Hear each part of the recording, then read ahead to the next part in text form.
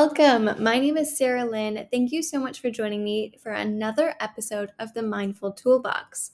We explore many different activities, tips, and resources that support emotional and mental well-being. All of these are done through the lens of supporting children's mental health, but they're really helpful for just about anyone. I can't wait to share this week's episode with you, but be sure to refer to our webinar that is linked on our website, betteringyouth.co.uk, so you could follow along with all of the details that we are showing. All right, let's hop in to this month's webinar. Today, we're going to be focusing on how we can encourage our children and our teens to self-soothe. In order to be able to answer this question, though, there are a couple of other questions that we're going to have to answer along the way. So the agenda today is to identify why self-soothing is so important, why we need to do it, as well as the effective ways to do so. I want to start first by just having a quick conversation about what it means to feel like we're self-soothing. In the chat box, can you take a moment and just put in a couple of ideas of things that come to mind when you think of being soothed? For myself, there's this image of a wave kind of washing over me, this feeling of just being kind of comforted and taken and supported. But there's also an idea that we get of being completely solved. Right? When we feel as though we're looking for soothing, a response that's soothing from someone, we might feel as though we're actually looking for them to solve our problems. And I want to challenge that idea because to me, I think it's more important that we acknowledge the moment that we're in. And so instead of having this image of it, like of Mother Nature kind of washing away the pain that you might have, I want to instead bring you to the British equivalent of self-soothing, which is a good old cup of tea. It doesn't solve anything, but it surely makes us feel better. And so the idea of going through actions that help us to self-soothe, the idea is that we're going to allow ourselves to be imperfect in those moments. We're going to allow ourselves to be okay with things not going 100% right. We're going to allow ourselves just to be real in that moment, just like a cup of tea. Okay, so to begin, I wanted to highlight a really important quote. While I was doing research for today's session, I came across one of the TED Talks for Brené Brown, and I was just swept away by this quote. I think it's so valuable to kind of keep in mind as we go through. She says, "You're imperfect and wired for struggle, but you're worthy of love and belonging." As a child's supporter or someone who works with children quite often, it seems as though we put our imperfections under a magnifying glass, almost always. And so while I'm working with these children and these young teenagers, I feel like I hear a lot of this. I'm not good enough. Do any of these ring true to you? Have you heard any of your children perhaps echoing these? Again, invite for you to put anything in the chat box if it speaks to you. I'm not good at anything. I'm not good enough to be chosen for the team. I'm not good enough to attend that school. I'm not good enough at science, nor English, nor maths, or sport. I'm simply not good enough. And the problem with I'm not good enough is that it quickly escalates and it quickly becomes I'm not worthy. And we can't allow ourselves to jump that big jump from being I'm not good enough to I'm not worthy, because then we won't be vulnerable anymore. And if we're not allowing ourselves to be vulnerable, we're not allowing ourselves the amazing opportunity to connect with others, to feel joy and pride as you begin to achieve things. We won't be able to connect with love. We won't be able to experience life, because instead of allowing ourselves the opportunity to be vulnerable and open to all of these great things that we crave so much, instead we're going to build the walls because we're not worthy. That's the voice that we have in our mind.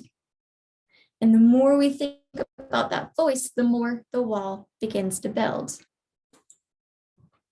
And the main reason is it's because it's entrenched in shame. When we don't feel lovable or worthy, we feel disconnected. We feel othered. We feel as though there's something not quite right with us. The thing about shame, though, is that it correlates with addiction, which makes sense, because if we're not feeling connected and if we're not feeling like we're enough, then we're going to look for outside sources to fill the gap, to feel like we're feeling joy, even if it just comes in a packet or a bottle or a can. We are the most in debt, overweight, and medicated adult generation this world has seen. We need to pause on that, because it's our generation that's raising the next, which means it's our generation who's responsible for supporting these children to live with a wholehearted approach so they can take down those walls and not feel the shame that I'm not good enough holds. Because we don't want them to numb. When we numb, we end up canceling out feelings, but not just the bad feelings of sadness and disappointment and anger and frustration, the good feelings too. We can't selectively choose what we don't feel. And when we do that, it doesn't allow us to live full-heartedly. And we end up going through a cycle of now feeling frustrated, sad, alone, numbing, isolated, disappointed, angry, numbing. And all of this starts with the simple idea of I'm not good enough. And so what I want to do is bring us back to the quote that Brené Brown shared, because we need to rebuild worthiness. The highlight here is that you are imperfect and you are going to be wired for struggle. It is in our DNA to want connection. So if we cannot find it because we've shut ourselves off, we will turn to those numbing devices. It's in our DNA. But the key here is that you can both be imperfect and be worthy of feeling loved and of belonging. There's an and both situation here. And so this whole imperfect situation is the one that I really want to echo and bring it back to the fact that we're supporting children by offering them that cup of tea, that option to allow themselves to be okay with not necessarily having to fix everything, being okay with where they are in that moment, with their anxiety and their anger and their isolation and their sadness, and being okay in that moment. So how do we do that? We need to raise wholehearted children who are able to stay vulnerable, even when they're feeling those big feelings. And so that brings me to some tools, some things that we can offer them so they can be okay with feeling these big feelings. And instead of numbing and running away from them, we're able to encourage them to find comfort within these big feelings. So let's first look at some of the tools for dealing with anxiety and fear. And if any of these resonate with you, I'd be happy to have some comments inside the chat box. So here we are, anxiety and fear. Just a quick reminder that we're just going to make sure that everyone is muted for today. We'll unmute at the very end. So the first one that I want to talk about is allowing time for worry. A lot of times we feel like worrying is not a good thing, it's a bad thing. And it can be if it's compulsive, if it's constantly taking over the day, if it's always a chitter chatter in the back of the mind, or if it's not allowing you to progress with the tasks at hand. But worrying isn't necessarily a bad thing. It could be actually the birthplace of creativity. It could allow you to see things differently because you're looking so far in advance, right? That's what worrying is. It's about looking towards the future. So instead of allowing our little monkey brain to go off all day long, we allow the time for worrying. We dedicate a space. So that way there, when you're going through your day, if a worry starts to creep up, you can say, nope, I'm not going to think about that now. I can do it at 2 o'clock. And simply having that little scheduled time is going to allow your brain to refocus and allow you to be more present in your daily life. The second tool that I like to think about for anxiety and fear is the circle of influence. Now, Stephen Covey is the author of the 5 Habits of Highly Successful People. And he talks about the circle of influence, which means basically that you write down all of your worries about a specific task or a specific obstacle.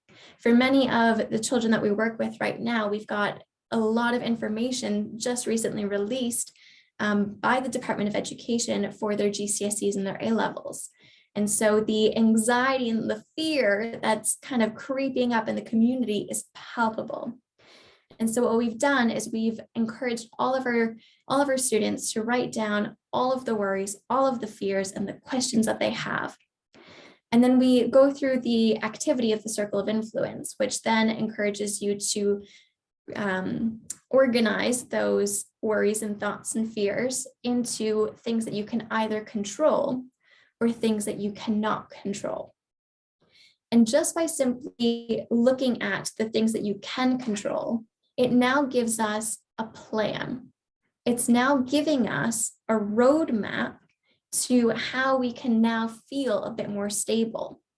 And by simply creating that plan, all of the unknown starts to feel less overwhelming because now we have a plan.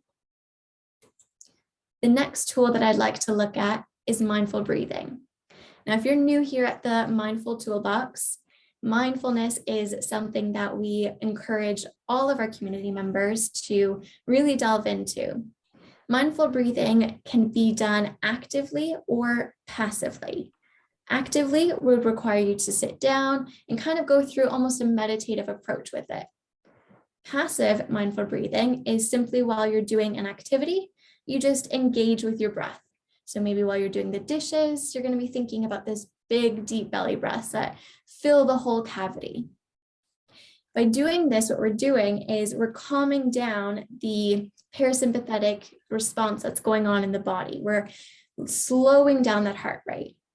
We're bringing our breath right through to our toes and out through the nose, right? We're encouraging ourselves to feel more grounded within our surrounding in our present moment, which means that there's less of our brain available to look towards that unknown future, to ground ourselves. The last one is to practice gratitude. Now, gratitude has a bit of a funny reputation because a lot of people just feel like if you've got an attitude of gratitude, you're always winning. And I'm going to push it a step further because to be grateful is not necessarily just to say, I'm grateful for something. It's to really feel it deep within your core, to be able to reflect upon the feelings that you've had while you were experiencing that moment or that thing or that person, and then reflecting on them. So they are so deeply entrenched within your mind that they become something that's so part of your core that you can pull back at any moment. So it's not simply, I'm grateful for a bed. It's, I'm so grateful for the warmth and the comfort and the safety that I feel while I'm wrapped up in my blankets. And you can really feel all of that deep within you. That is the power of practicing gratitude. So those are the 4 different tools that I suggest using for helping children and young people who are dealing with anxiety and fear. Next up, we have the tools for dealing with anger and disappointment. The first one that I would like to encourage is to count to 10 with big breaths. Now, this one might seem a little bit, I don't know, maybe not as powerful as you might hope the first suggestion to be, but don't discount it. Just by taking in those big, deep breaths, you're allowing yourself to have space between the stimulus, the thing that made you angry or disappointed, and your response. Now, if you're at the point where you've already responded and you're already physically expressing your anger or your disappointment, then your heart rate is likely going to be elevated. And so again, these big, deep breaths are going to help calm that heart rate down, bring you back to the present moment, and give you some comfort in knowing that you're not necessarily where your mind has brought you to. You're in that present moment, and there is always time to react. And so counting to 10 with those big, deep breaths is a bit more powerful than what we may think. If you are at that point, though, where you have so much energy pent up inside that you literally are about to explode, not literally, figuratively about to explode, then we can find ourselves a healthy way to express that through screaming box. One of our students that has gone through coaching with myself dealt with a lot of anger. And so what we did was we used this screaming box as a mindfulness kind of activity of finding different resources around the house to build it, but then also as an actual outlet that he then used throughout his time of building that resilience of handling his emotions so he could express himself in a really healthy and safe manner. So I'm pretty sure we used a box and a paper roll, and he just decorated it. And that alone was enough to provide the outlet that he needed and also provide the ability for him to see that we can't just scream and shout. We need to make sure that it's directed in a way that won't cause harm. The next tool for dealing with anger and disappointment is a punching pillow or movement. Sometimes we really just feel like we need to punch something. And that's not necessarily a bad thing as long as it's done in a healthy environment. And so by having a punching pillow, especially when dealing with younger children, we're showing them that by moving our bodies, we are actively releasing energy. And we're changing the energy from being anger and disappointment into something that could potentially be really effective, like movement, like doing an exercise routine, like going running. So by doing that switch where we're changing the energy that we have, we're actually using the energy in a much more effective way. And a punching pillow is kind of a fun introduction to dealing with anger and disappointment when working with those younger children. Lastly, it is a mindfulness glitter jar. Now, this is a really fun and easy activity. We've done this in workshops many times. Children find a glass jar, it could be a peanut butter jar, it could be a jam jar, clean it out, fill it with water, and then they get to fill it with a bunch of different glitters. So glitters of one color, 10 colors, whatever they choose. They seal the lid back on. And we coach them prior to them feeling the anger and the disappointment. We coach them numerous times to shake the glitter jar whenever they're feeling really angry. And what happens is all of the glitter then starts swirling around like a really big flurry, a big mess inside that jar. And it mirrors what might be happening inside your mind. When you're feeling really frustrated and overwhelmed and angry, a lot of times we have racing thoughts that can be symbolized by the glitter that's floating around. And as we keep practicing those 10 big belly breaths, we start to realize that we're now holding still. And so the glitter is having the opportunity to start to settle, just like our heart rate and just like our thoughts. And before long, the glitter is completely still and we can feel more connected and in tune with where we are. So those again are the 4 different tools that we would recommend to help children soothe themselves when they're feeling anger and disappointment.